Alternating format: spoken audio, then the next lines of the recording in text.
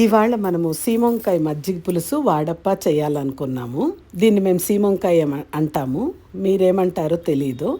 సీమంకాయలో ఒక జిగుటు ఉంటుంది. కట్ చేసేటప్పుడు చేతులకు అంటుకుంటుంది. అలా కాకూడదు అనుకుంటే ఇలా చేసి ఆ జిగుటునంతా తీసేసి నీట్గా కడుక్కొని సన్నగా ముక్కలుగా తరుక్కోవాలి. ఇందులో మధ్యలో ఉన్నటువంటి విత్తనాన్ని చాలామంది పారేస్తారు. కానీ పారేయకుండా దాంతో సహా వేస్తే కూర కానీ పులుసు కానీ ఏదైనా గమ్ అంటుంది.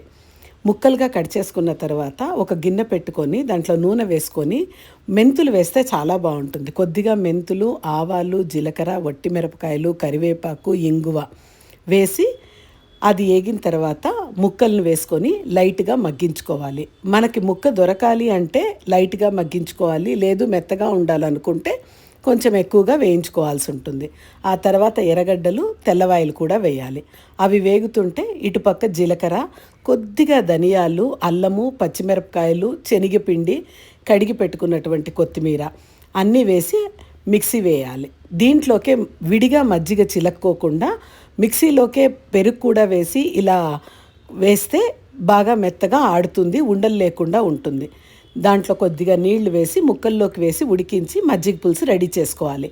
మజ్జిగ పులుసు ఉడికే లోపల ఇటువైపు బియ్య పిండిలో ఉప్పు, జీలకర్ర, తెల్ల నువ్వులు వేసి పిండిని చక్కగా ముద్దగా కలుపుకోవాలి.